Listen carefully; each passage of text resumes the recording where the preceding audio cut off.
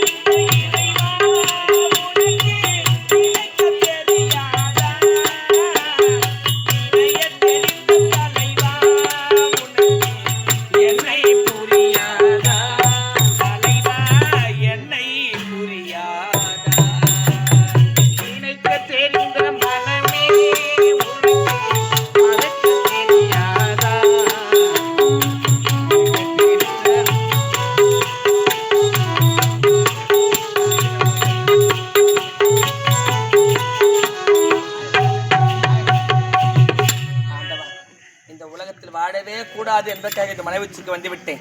இப்பொழுதே என் உயிரையே விட்டு விடுகிறேன்.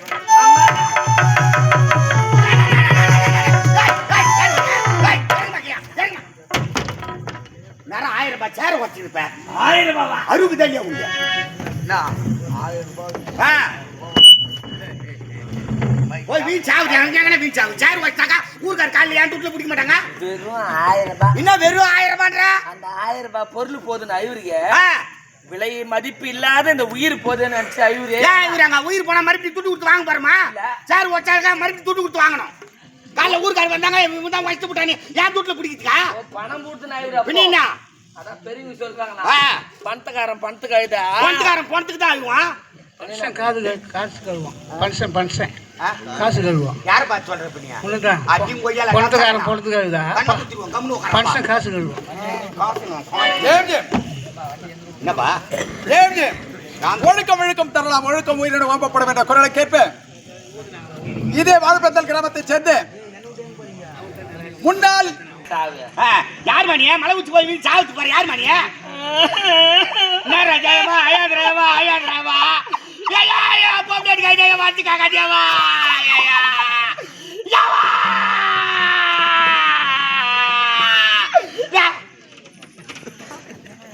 நான் ஒன்றுதான் இதுன்னா நீ ஐவரு தான் நான் தான் என்ன கம்முன்னு விட்டு நிக்கிறா. நீ ஐவரு தான் நான் இதை அருமையா போச்சு. சாவு வீட்டு கதையா சாவு வீட்டுல போய் பாரு.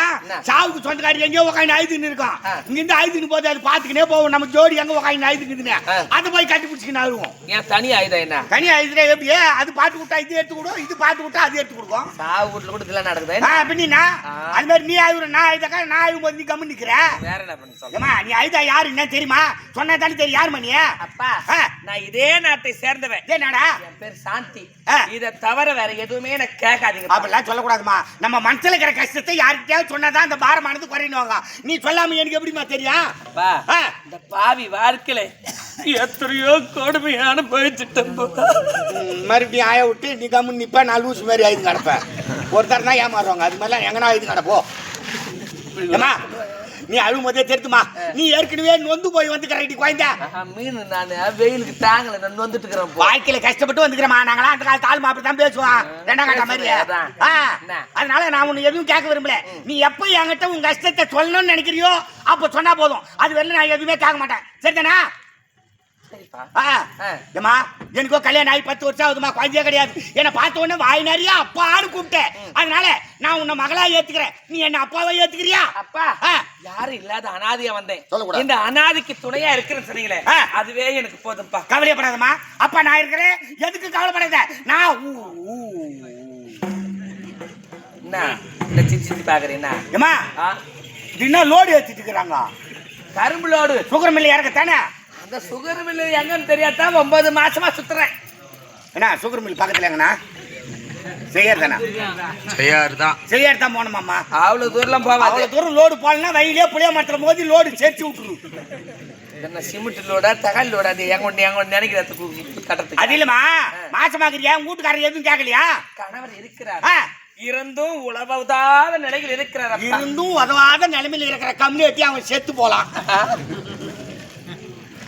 இல்ல ஓணும் தான் பண்றீங்களா பணம் தான் பண்றீங்களான்னு தெரியும் அவருக்கு என்னதுல வெளியே வரும்போது டீ உள்ள போகுதுன்னு வயிற்று வச்சுல டைம் டீயா முக்கியம் உனக்கு தொழில பாருனா டீ குடிப்பியா 2 தரம் வருது நான் வெளியே நிக்கும் போது தான் வருது எப்பொருள் யார் யார் வாய் கேட்பினும் அப்பொருள் மெய்ப்பொருள் காண்பது அறிவு அதுதான் நானும் சொல்றேன் அது போன்று இதே வாழைப்பந்தல் கிராமத்தை சேர்த்து உயர்திரு என் பழனி ஐயா அனைத்து இந்திய அண்ணா திராவிட முன்னேற்ற கழகத்தின் சார்பாக என் வீட்டுக்கு வா நான் உன்னை காப்பாத்துறேன் என்னம்மா ஐயோ நான் ஒண்ணுமே சொல்ல வீட்டுக்கு வா நான் சொன்னேன்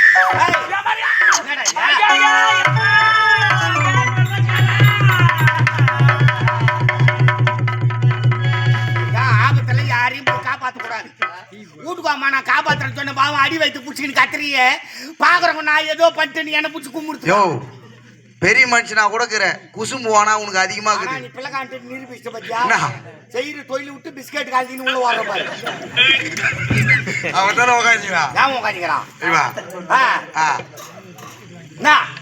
நீ 2 பேர் தான் இந்த காட்டுல அந்த பொண்ணு ஐயோமான்னு கத்துது நீ நிக்கிறியா அப்பா நீ ஏதோ சிலுமிசம் பண்ணிட்டுக்கிற அந்த பொண்ணு போடா ஊடு கொளுத்தி போடா எதுவும் பண்ணாதயா அந்த பொண்ணு அழுகுது நான் ஒண்ணு பண்றேன் போடா முன்னே போய் எல்லாத்தையும் சொல்லிட்டு அது கத்துவேதான் நான் உள்ள இருந்து ஓடியாரேன் நான் சொல்ற மாதிரி அவன் சொல்ற மாதிரி ஆபத்துல போய் காப்பாத்த கூடாதுமா வீட்டுக்கு காப்பாத்துறேன்னு சொன்ன ஐயோ எம்மன் கத்துற என்ன விஷயம் என்ன பாக்குறேன் எனக்கு கும்பிட மாட்டாங்க பிடிச்சிக்கினே நான் ஏதோ பட்டுனேன் என்ன கும்பிடவே மாட்டாங்க அடிக்க வந்தா கூட நான் காலில் விழுந்து கம்முன்னு போயிடுவேன் நம்ம ஊருக்கு தான் நம்ம ராஜா வெளியே போனா அரை கொடுக்குமா இருக்கணும் நாட்டுக்கு ராஜா வந்தாலும் வீட்டுக்கு புறசம் தான் ஆமா அது மாதிரி ஊர்ல என்ன பண்ணலாம் அவங்க ஏண்டான்னு கேட்டா கூட ஐயா போயிடுற ஐயான்னு சொல்லணும் அவங்க ஏண்டானும் போது நோ அப்படின்னு அவங்க தப்பலான்னு தான் கொடுப்பாங்க இந்த பாவிக்கு வயிறு வலிக்குதா அதுதான் தொடர்ந்து நாடகத்துல இந்த சிக்கன் பகோடா துண்ணாதன்னு சொன்னேன்னம்மா நல்ல நேரத்துல உனக்கு சூட்டை கலப்பிட்டுக்குது குவாய்டா நல்ல நேரத்துல சூட்டை கலப்பிட்டுக்குது ஆண்டவன் எப்படித்தான் பச்சானோ அவனை தான் தேடிங்கிறேன் என் தலையெழுத்து எழுதும் போது மட்டும் கோணல் மானல்மா எழுதிட்டு இருக்கிறான் இப்படி எல்லாம் பேஜார் பண்ண கர்ப்பமா இருக்கிற பொண்ணுக்கு வயிறு வலிக்குது அடி வயிறு வலிக்குது நடுமுதுலாம் நோவுதுன்னா என்ன அர்த்தம் தெரியலையா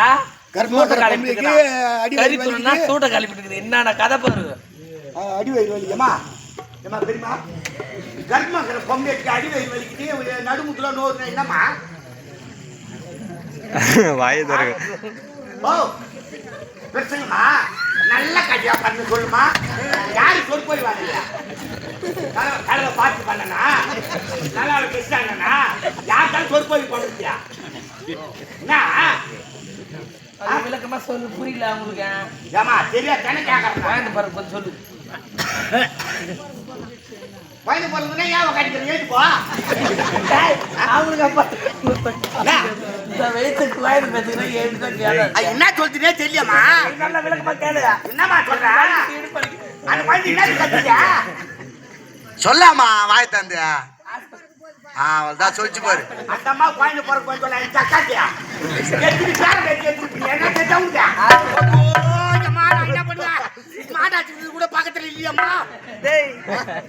அம்மா கவர்மெண்ட் ஆஸ்பத்திரியா நான் என்ன பண்ணுவேன் ஒண்டி கட்டி கேட்கறேன் அந்த கொட்டாய் கேப்போமா அந்த கொட்டாய் கேப்போம்